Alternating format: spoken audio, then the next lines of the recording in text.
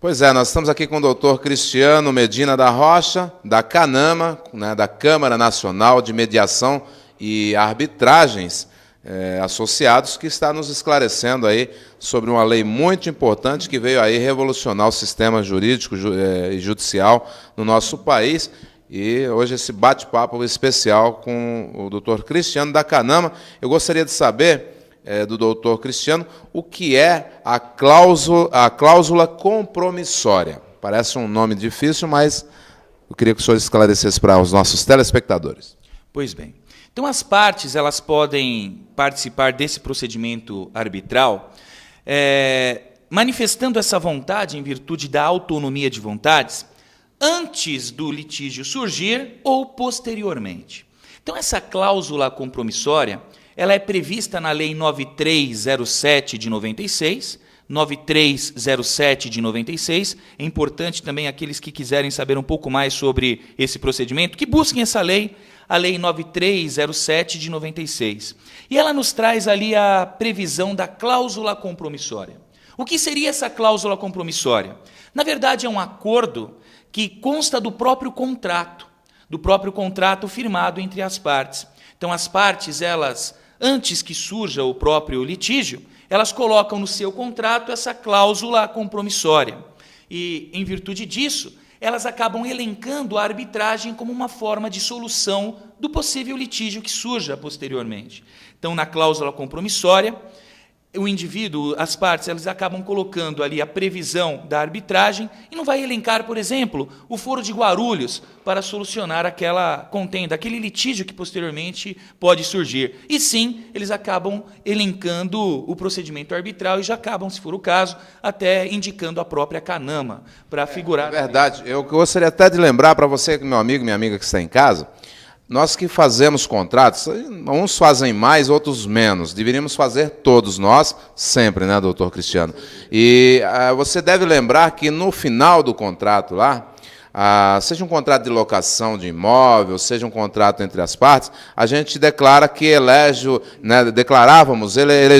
o Fórum de Guarulhos para dirimir quaisquer dúvidas que decorrer deste contrato. O que, na verdade, está acontecendo a partir da Lei 9.307 de 96, não é isso, doutor?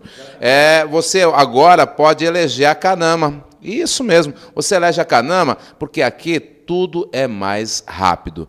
É isso mesmo, doutor?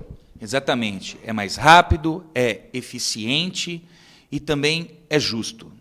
O nosso procedimento aqui ele é um procedimento extremamente claro, não atuamos de forma alguma em áreas que a arbitragem não pode atuar. Isso é importante esclarecer, não são todas as áreas em que a CANAMA pode atuar, né? Os conselhos arbitrais podem atuar. Eu queria já, para emendar, perguntar para o senhor o que é o compromisso arbitral. Perfeito. Então, a cláusula arbitral, como eu disse, é esse acordo que as partes firmam e fazem constar no próprio contrato. A cláusula compromissória. Exatamente, a cláusula compromissória. Agora, o compromisso arbitral também é um acordo entre as partes. Esse compromisso arbitral ele deve, sim, constar também no início do procedimento. Então, no início do procedimento, aqui na própria mediação, na conciliação, as partes elas deixam bem claro que elas concordam em submeter o seu litígio ao procedimento arbitral. Então, é muito importante também deixar claro aqui que a parte precisa concordar. E essa manifestação de concordância da parte é feita justamente aqui nesse compromisso arbitral. As partes, de forma categórica, elas manifestam a vontade de submeter o litígio aqui para a nossa instituição como a arbitragem. Então, não pode, por exemplo, constar no contrato aquelas letrinhas minúsculas que a questão vai ser solucionada por meio da arbitragem. Então, é importante que conste, sim, esse compromisso arbitral, para que depois, futuramente, uma das partes não possam ir junto ao Poder Judiciário questionar, mas eu não concordei com aquilo, eu não sabia, eu fui ludibriado, me disseram que lá era um fórum, que lá era um órgão público. Deixo novamente bem claro, somos uma instituição privada e não um órgão público. E as partes somente poderão submeter o seu litígio aqui para a CANAMA desde que elas concordem. E elas devem manifestar de forma expressa essa concordância. Primeiro, quando constar no contrato a cláusula compromissória e, posteriormente, no compromisso arbitral. Agora vamos esclarecer, estamos aqui com o doutor Cristiano Medina da Rocha, da CANAMA, vamos esclarecer alguns pontos aí sobre arbitragem, sobre mediação. Já estamos esclarecendo vários pontos aí. E eu gostaria de saber uma coisa que também são nomes complicados, mas que, na verdade, a significação é simples. E estamos aqui com especialistas para nos esclarecer. Por exemplo, cláusula escalonada. O que é isso? Cláusula escalonada. A cláusula escalonada também é uma outra cláusula que vai constar do contrato das partes. Então, as partes elas podem fazer constar em seu contrato justamente essa cláusula escalonada. Ou seja, elas manifestam a vontade inicialmente da mediação. Então, se houver conflito, vamos tentar aqui solucionar esse conflito por meio da mediação. Teremos, como eu disse anteriormente, um mediador e as partes tentarão elas próprias resolverem aquela contenda. Não sendo possível a resolução, se as partes não entrarem ali num consenso, partiremos para uma nova etapa, e essa nova etapa é justamente a conciliação.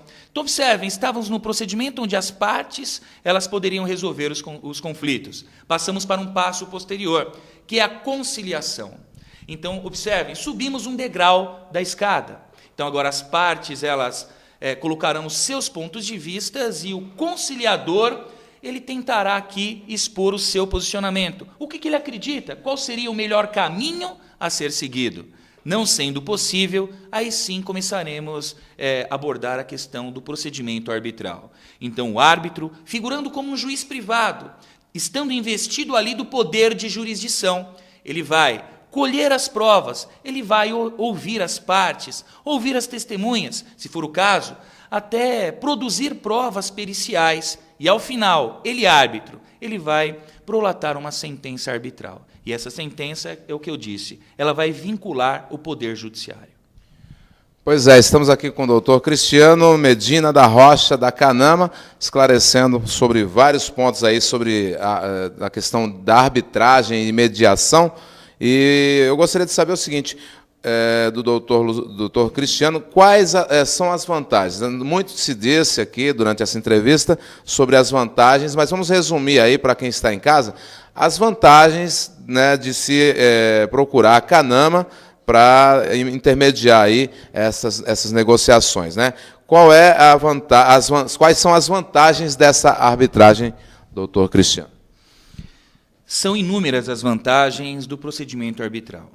É um procedimento que, infelizmente, não é difundido ainda em nosso país, e o nosso papel é justamente esse, informar aquelas pessoas que ainda não conhecem quais são as vantagens da arbitragem. Primeira vantagem, como eu já disse, é a celeridade na prestação jurisdicional. Muitas vezes, as pessoas elas acabam perdendo até mesmo o direito em virtude da morosidade do nosso Poder Judiciário.